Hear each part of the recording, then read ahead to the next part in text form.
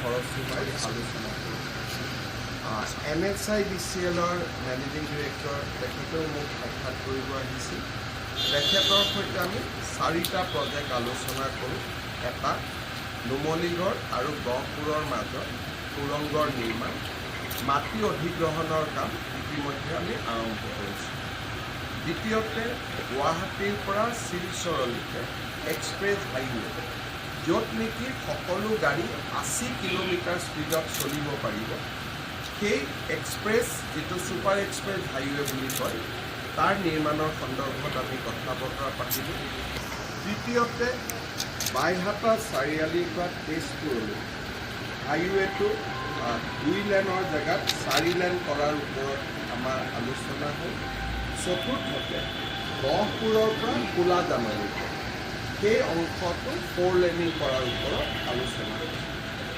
তৃতীয় এখন গুৰুত্বপূৰ্ণ মিটিং ইছৰ চেয়াৰমেন ডাঙৰীয়াৰ লগত অনুষ্ঠিত হয় আৰু অসমৰ যিটো আমি ছেটেলাইট লঞ্চিং কৰাৰ কথা আছে বা অসমৰ কাৰণে যি এটা ছেটেলাইট আমি ৰাখিব খুজিছোঁ, 6-7টা সৰু সৰু ছেটেলাইট অসমৰ আকাশত এনি টাইম ঘূৰি থাকিব আৰু খুব ল' অৰ্বিটত ইয়াক আমি লঞ্চ কৰিম।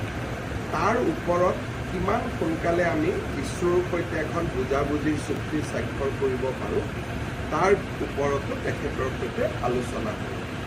আৰু ইছৰোৰ যিটো চন্দ্ৰপুৰত স্পেচ অবজাৰভেটৰী চেণ্টাৰ হ'ব তাৰ ওপৰতো আমি আলোচনা কৰিছোঁ। জানুৱাৰী মাহত ৰাডাৰ চন্দ্ৰপুৰত স্থাপন হ'ব, সেই ধৰণে আমি এখন একশ্যন প্লেন বনাব খুজিছোঁ। গতিকে আজি 3খন গুৰুত্বপূৰ্ণ সভা আছিল আৰু 3খনৰে খুব পজিটিভ দিশত আমি কথাখিনি আলোচনা কৰিম। চতুৰ্থতে মোক সাংবাদিকসকলে গুৱাহাটীতো এটা প্ৰশ্ন সুধি থাকে যে এইবাৰ বিহুৰ পইচা আমি পাম নে নাই। আজি আমি বিহু কমিটিসমূহৰ বাবে প্ৰয়োজনীয় 1.5 লাখ টকা আমি বিহু কমিটিবিলাকলৈকে বিত্ত বিভাগৰ পৰা মুকলি কৰি দিছোঁ। অহা 2-3 দিনৰ ভিতৰত বিহু কমিটিবিলাকে এই টকা লাভ কৰিব। কিন্তু পঞ্চায়ত ইলেকশ্যনৰ গাইডলাইনছ থকাৰ কাৰণে এইবাৰ আমি কোনো নতুন বিহু কমিটিক ইয়াক সংযোজন কৰিব নোৱাৰোঁ, যিহেতু মডেল কোড অফ কণ্ডাক্ট আছে। গতিকে আগত যোনে পাই আছিল তেওঁলোকেহে পাব। 3000 বিহু কমিটি আগত পাই আছিলে, এপ্ৰক্সিমেটলি তেওঁলোকেই পাব। নতুন আবেদনবিলাক নিৰ্বাচনৰ মডেল কোড অফ কণ্ডাক্ট থকাৰ কাৰণে আমি ইনক্লুড কৰিব পৰা নাই। যোনে পাই আছিল তেওঁলোকে পাই থাকিব। কাইলৈ মোৰ এটা ব্যক্তিগত অলপ কাম এটা আছে, গতিকে 2 দিনৰ কাৰণে মই বিদেশত যাম, কিন্তু এইটো মোৰ কমপ্লিটলি প্ৰাইভেট কৰিম। পঞ্চায়ত ইলেকশ্যনৰ ভূপেন্দ্ৰ এটা কৈছিলে যে আপোনালোকে যদি কমন চিনত খেলে সেই কথা আগতীয়াকৈ জনাব লাগে। কোনোবা জিলাত যদি এটা যদি বিজেপিয়ে কমন আমি নেখেলোঁ, সেইবিলাক কথা নাই। আমি কোনো কমন চিনত নেখেলোঁ।